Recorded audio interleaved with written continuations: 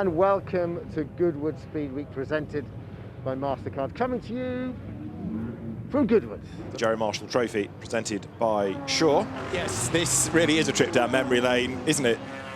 This is Orlando Lindsay and Sam Hancock.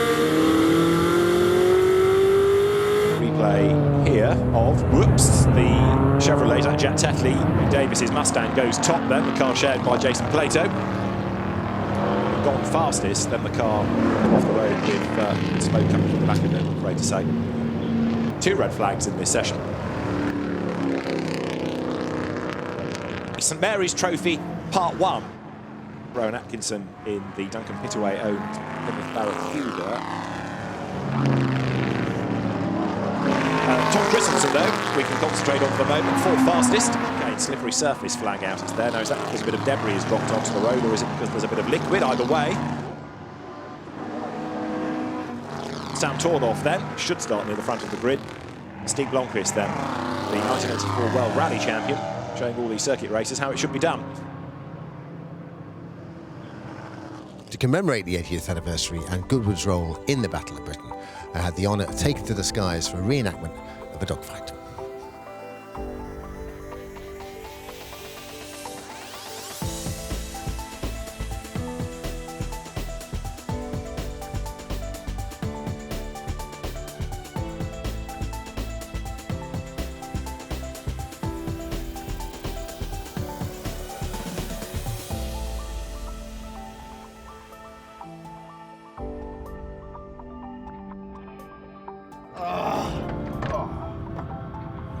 That was awesome, awesome. It was awe-inspiring as well.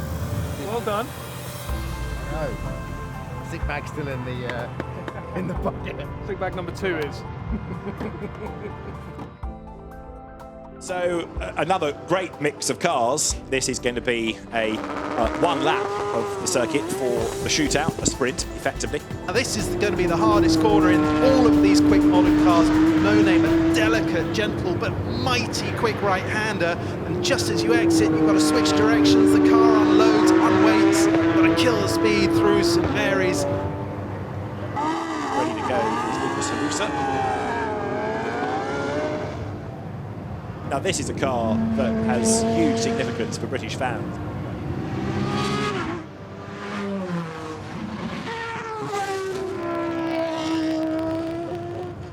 That's Tom Christensen. We do get the time for him, 1:22.592.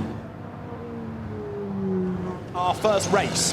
This is the SF Edge Trophy. The flag drops, away they go, but a bad start made by the pole position driver. You get the feeling that the car drives you rather than you drive the car out of all of this. So lap 1 of 5 in the book. Ben Collins leading at the end of it by 1.8 seconds. Look at that, the Darragh, as it comes across the line there, number 200. He is sitting on the car. There's barely any bodywork around him at all.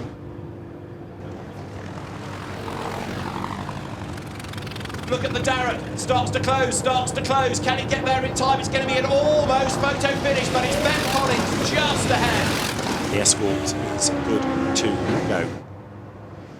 There's the donut, so round it goes Jason Leckley, beautifully controlled. So there you have the Audi Quattro.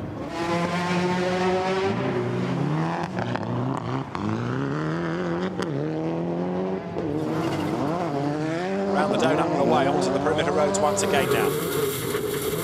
Reece Yates is going to make it 5 stage wins out of 5 because he does a 1:28.4. Let's go. And extra to the right. Okay, through these bales. I'm literally looking at the first corner. Okay, I've found the boys down here in the paddock area, and damn it, you're looking a little pale. Oh man.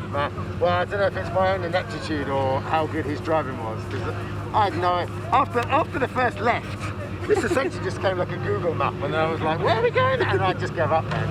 About 3 quarters of the way through, he said, where are we going now? And I've got to be honest, though, I don't know. So the 911, the road going 911 will go first, then the Cayman. Then the 911 GT3 Cup. Remember, they started 4 seconds, then 7 seconds apart, and it's going to be a drag race out of the chicane up towards the line. Can Ben McLaughlin hang on in there? Harry King comes up to have a go on the outside of the Cayman. They're going to be 3 wide as they cross the line, but Harry King just gets ahead of the Cayman, which in turn gets ahead of the 911. Looking forward to this Goodwood Trophy. David Morris, Nick Topless, top dog for front row. I think Topless got a little bit loose with an inside front tyre on the grass as we see a big tank slapper there for Ian Baxter, getting it all wrong out of Matwick. David Morris driving off into the distance. He's 3 seconds clear now. This battle is going on for second place.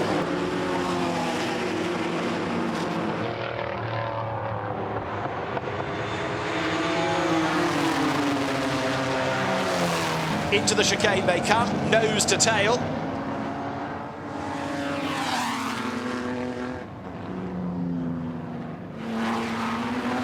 David Morris has just done the fastest lap of the race. He's not giving up, is he? David Morris goes through, and Mark Gill is almost Pearson-esque. Julian Wilton comes through the chicane. David Morris, who accelerates over the line to win the Goodwood Trophy, presented by the Goodwood Supporters Association. David Morris, goodness me, that was a spectacular race. Congratulations on the win. What was that like from your perspective? Yeah, it was pretty exciting. I could see Mark creeping up on me, and then of course he snuck by as he tends to do, but I think he'd probably had the edge on me just at the end there, and unfortunately I've got a lap to go. He had some problems and that was it, so I got the win luckily. We're here now with the Michelin Supercar run, and there we have the McLaren Senna lightning up off the start line. Lamborghinis and rear-wheel drive, my goodness. The Mustang Mach-1 making it over to these shores. And here we have the absolutely bonkers Mustang, fully electric, 1400 horsepower, I believe, on this car. Listen to that. I mean, that probably sounds like something out of the future, doesn't it? Kind of whirring its way around the track. So the Goodwood Trophy qualifying. Ooh, that was a bit bold. On the inside was that John Milicevic trying to get himself up past Andrew Beaumont, I think it was. Richard Wilson running out of road at Lavant. There you see the Yeoman Credit Cooper totally running out of road. Somebody else trying to camouflage there. Green colours on the grass is the man of the session. So Mike O'Brien doesn't do that much racing these days. Remarkable effort that. Great stuff. Porsche at Le Mans demonstration.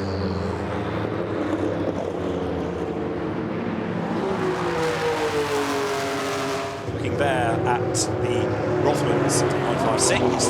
And there, the 935, the huge rear wing on the back.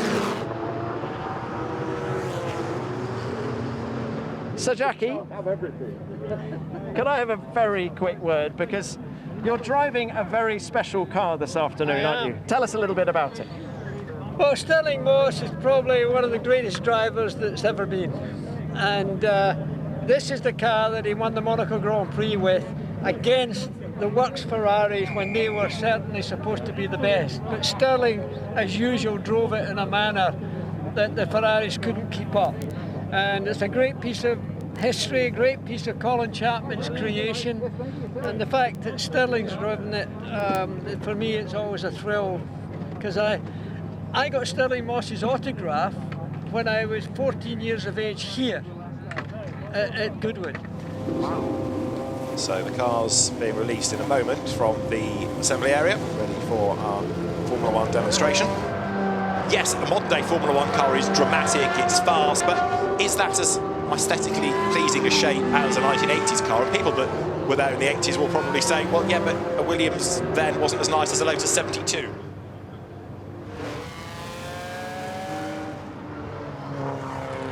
But Emo there leading that string of Lotuses in the car that he won his first Grand Prix in. I think how cool is it? Middle of October, Emerson Fittipaldi rocks up at Goodwood. Welcome to the SpeedWeek Super Special here at Goodwood. Big lock up there as he scrabbles down towards the chicane. The ex-Bjorn Valdegaard car locks the rear wheel of tyres, gets that wrong as well. Reece Yates here, who has won every stage thus far, and this is going to be the man to beat them. The time to beat is a 23.2. He's going to do it again, surely. Yes, he is. 1 minute 20.9. I think he slowed a bit early there. It's the LOTUS EVIJA. This thing makes 1,900 brake horsepower from 4 individual electric motors. It will do 0 to 186 in under 9 seconds. It is bonkers fast, and it made its dynamic debut here at Goodwood SpeedWeek. It's astonishingly quick and an amazing piece of technology, and I think it's great that a small British company is leading the charge in the EV hypercar revolution. It is the Gerry Marshall Trophy. Demon start by Rick Wood in the blue and white Capri on the inside line. And this is going to be really, really difficult as there's a car up in the background, David. There is indeed. It's the Camaro of Tom Christensen and Jack Tatley. Absolutely right. And we look to be off on the outside there. Under pressure, maybe. Now, as far as the lead is concerned, Mike Whittaker, with this very original ex-Gordon Spice Ford Capri, is being caught by Fred Shepherd. This is about to be a lead change, is it not? Mike Whittaker comes under attack from Fred Shepherd, and the Boss Mustang. It's an older car, but it's got a bigger engine. It's got lots of horses to unleash in a straight line. Through it goes, but Mike Whittaker will be very late on the brakes on the outside line. Can he stand his ground? Not quite. Great racing this between these two.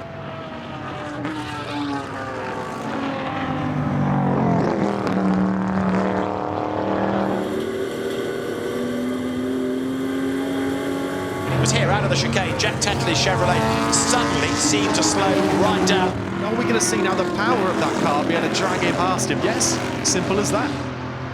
Pirro is right up there with the second place Camaro now. You wouldn't bet against it with the pace he's had in this second half of the race. The flag might go early rather than do an extra lap. Let's see, it does. The checkered flag is out then, so an early checkered flag just because the light is going. As the winner arrives. Andre Lotterer and Fred Shepherd win the Gerry Marshall Trophy. Let's join Tom Clarkson. Well, another win here at Goodwood. Yeah. How was that final stint?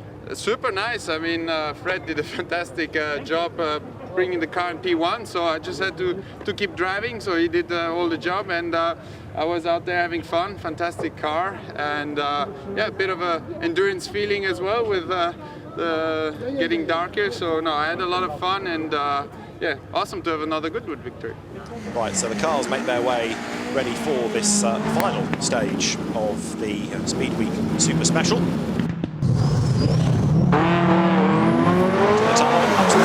It's going to be Max Girardo with the Lancia Stratos.